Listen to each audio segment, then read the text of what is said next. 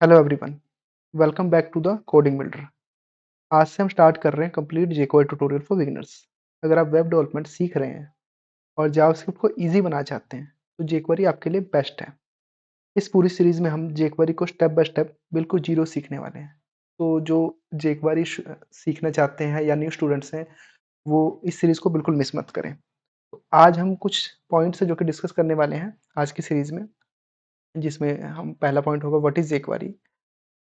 Still, why still most website using jQuery in 2025, how to add jQuery in a project, how to run jQuery program, and some jQuery basic examples for और events। तो start करते हैं। What is jQuery? तो jQuery क्या है? jQuery basically एक JavaScript की library है। तो जो जावास्क्रिप्ट की लाइब्रेरी है जिसका टैगलाइन है राइट लेस डू मोर, यानी कि बेसिकली जावास्क्रिप्ट का एक शॉर्टेस्ट वर्जन है जो कि जावास्क्रिप्ट की एक लाइब्रेरी बना के जावास्क्रिप्ट को इजी करने के लिए यूज़ किया गया है, क्योंकि बहुत सारे डेवलपर्स ऐसे होते हैं, न्यू बिगिनर्स होते हैं जिनको जावास्क्रिप्ट कॉम्प्लेक्स प्रोग्रामिंग समझ नहीं आती है, तो उनके लिए एक सिंपलेस्ट फॉर्म ऑफ jQuery बनाई गई है। फॉर एग्जांपल मैं आपको बताना चाहूँगा कि जैसे जहाँ पर हमको जावास्क्रिप्ट के 6-7 लाइन्स का कोड लिखना पड़ता है, वहीं jQuery वो काम सिर्फ 1 या 2 लाइन्स में कर देता है। मोस्ट ऑफ द केसेस में ऐसा नहीं होता, बट हाँ, jQuery बहुत सारी चीज़ों को सिंपलेस्ट फॉर्म में यूज़ कर देता है, जिससे कि डेवलपर्स को काफ़ी ईज़ी लगता है काम करना इस पर। इसी वजह से jQuery बिगिनर्स के लिए बहुत ईज़ी होता है। सेकंड हमारा क्वेश्चन है why most of the website still using jQuery इन 2025। अब आप सोच रहे होंगे कि रिएक्ट, एंगुलर, व्यू, बहुत सारे फ्रंट एंड टेक्नोलॉजीज आ चुकी हैं, फिर भी jQuery को क्यों यूज़ कर रहे हैं सब? तो उसके कुछ सिंपल्स रीजंस हैं। सो फर्स्ट एग्जांपल आप ले सकते हैं कि वर्डप्रेस के थीम्स और प्लगइन, ठीक है? तो वर्डप्रेस जिसने यूज़ किया हो, वर्डप्रेस एक पीएचपी का एक फ्रेमवर्क है जिसमें सीएमएस है जो कि वेबसाइट बिल्ड करने में काम आता है। तो वहाँ पर अभी भी jQuery यूज़ होती है, बिकॉज़ वो कोई फ्रंट एंड टेक्नोलॉजी नहीं यूज़ करता। वो अभी भी कोर पीएचपी यूज़ करते हैं और पीएचपी के टेम्पलेट्स यूज़ करते हैं। तो वहाँ भी jQuery यूज़ होती है। बहुत सारे एडमिन पैनल्स हैं, डैशबोर्ड यूआईज़ हैं, जो कि फ्रंट एंड टेक्नोलॉजीज़ प्रेफ़र नहीं करते हैं। वो बेसिकली जिस फ्रेमवर्क में काम कर रहे हैं, उसी फ्रेमवर्क के लिए यूज़ करते हैं। फॉर एग्ज़ाम्पल आप डॉट नेट का कोई प्रोजेक्ट उठा लो, डॉट नेट के प्रोजेक्ट में भी jQuery यूज़ होती है, बिकॉज़ वो अगर वो किसी केस में फ्रंट एंड टेक्नोलॉजी नहीं यूज़ कर रहे हैं। और jQuery बहुत सारे एनिमेशंस और इफ़ेक्ट भी प्रोवाइड कराता है। अगर आप नहीं मूव करना चाहते किसी फ्रंट एंड टेक्नोलॉजी में, एंगुलर, रिएक्ट जैसे बड़े फ्रेमवर्क में, तो आप एनिमेशन और इफ़ेक्ट इसमें भी यूज़ कर सकते हैं। और एक एग्जांपल और कह सकते हैं कि बहुत सारी पुरानी वेबसाइट्स हैं, जो कि अभी भी jQuery यूज़ कर रही हैं, जिन्होंने कोई फ्रंट एंड टेक्नोलॉजी यूज़ नहीं की हुई है, तो जो कि अभी मूव नहीं कर रहे हैं, तो वो उसमें अभी भी रिक्वायरमेंट्स है इन jQuery डेवलपर्स की। तो ये अभी भी एक इम्पोर्टेंट स्किल है। Third thing, how to add jQuery in your project. तो चलिए स्टार्ट करते हैं jQuery को प्रोजेक्ट में कैसे ऐड करना है। तो इसका सबसे सिंपलेस्ट वे है CDN। वैसे तो 2 तरीके हैं कि आप उसको सीडीएन भी यूज़ करो या उसको उसकी फ़ाइल को ही यूज़ कर लो, jQuery की फ़ाइल को ही डाउनलोड करके यूज़ कर लो। तो जो सबसे सिंपल तरीका है सीडीएन है, जो कि most of the time use होता है। तो सीडीएन या सीएसएस जो भी यूज़ होते हैं, हमारे अगर कोई लाइब्रेरी भी यूज़ कर रहे हैं, तो हम कोशिश करते हैं कि उसको हेडर में डाल दें। सीडीएन के लिए आप क्या करेंगे कि जावास्क्रिप्ट jQuery की एक वेबसाइट है release.jquery.com या jquery.com की वेबसाइट पे जाके आपको रिलीज़ेस मिल जाएँगे, जो कि लेटेस्ट रिलीज़ है। यहाँ पर आपके jQuery के वर्जन्स पड़े हुए हैं, तो आप ये jQuery का कोई भी लाइब्रेरी, यानी कि स्लिम, मिनीफाई वर्जन होते हैं, स्लिम वर्जन होते हैं, जो कि अलग-अलग टाइम पे यूज़ कर सकते हैं। तो अभी मैं अनकम्प्रेस्ड लेके चलता हूँ, तो आपको कुछ नहीं करना है, बस यहाँ अनकम्प्रेस्ड पे जाना है और यहाँ से स्क्रिप्ट कॉपी कर लेना है। स्क्रिप्ट को कॉपी करके और आप अपने हेडर में पेस्ट कर दें। हेडर पेस्ट करते ही आपका jQuery स्टार्ट हो गया। अब आपने jQuery को इंक्लूड कर दिया है। तो अब आप इसको रन कैसे करेंगे, ठीक है? तो हमारा नेक्स्ट नेक्स्ट पार्ट है कि हम इसमें रन कैसे करें इस चीज़ को।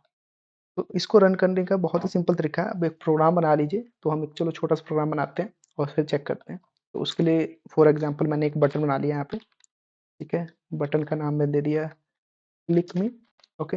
हमने इसको एक आईडी दे दी, हमने एक इसको आईडी दे दी, सपोज़ एग्ज़ाम्पल हमने दे दी क्लिक मी, ओके? और फिर हमने यहाँ पर एक सपोज़ हमने एक टेक्स्ट बना लिया, सपोज़ एक पैराग्राफ बना लिया, ठीक है? इसमें मैंने लिख दिया हेलो एवरीवन, ठीक है? और इसको मैंने एक आईडी दे दी, सपोज़ आपने एक आईडी दे दी, इसको मैंने दे दिया टेक्स्ट करके आईडी दे दी, ठीक है? अब अब हमारा ये एक प्रोग्राम रेडी है, बट हम इसको ये तो हमारा एक एचटीएमएल कोड हो गया। अब इसको एक बार रन करके हम चेक कर लेते हैं कि ये एक्चुअली आया भी है नहीं आया। तो हमारे पास ये आ चुका है, ठीक है? अब हम इसमें jQuery का प्रोग्राम रन करके देखते हैं कि jQuery एक्चुअली में लिखा कैसे जाता है और रन कैसे होता है। jQuery को यूज़ करने का सिंपल तरीका है, आप उसको बॉडी के बाद फुटर में कहीं भी यूज़ कर सकते हैं। तो फॉर एग्ज़ाम्पल हमने एक स्क्रिप्ट टैग लिया, ठीक है? स्क्रिप्ट टैग लिया और यहाँ हमने क्या किया, इसको कॉल करने के लिए इसको हम कॉल हमेशा करते हैं डॉलर के थ्रू। डॉलर टाइप किया एंड हमने लिखा डॉक्यूमेंट, ये कुछ उसके सिंटैक्स है, डिफ़ॉल्ट सिंटैक्स है जो कि आपको यूज़ करने ही पड़ेंगे, ठीक है? तो रेडी फंक्शन, अब जो ये रेडी इवेंट है, हम इसको इवेंट बोल सकते हैं, ठीक है? तो रेडी इवेंट क्यों कॉल होता है और इसका यूज़ क्या है? तो एक बार मैं आपको इसको रन करके दिखाता हूँ। मैं एक काम करता हूँ, console.log आई एम हियर। तो रेडी क्या काम करता है? रेडी काम करता है कि आपका जो भी आपने आपका वेब पेज है, जो भी पेज है, जैसे ही ये पूरा पेज लोड हो जाए, तो आपको ये इवेंट ट्रिगर कर देता है कि मेरा पेज लोड हो गया, राइट? जो भी पूरी एचटीएमएल है उसको लोड होने के बाद हमारा ये रेडी होता है, यानी कि हमारा वेब पेज एक रेडी है एक्शंस के लिए, ठीक है?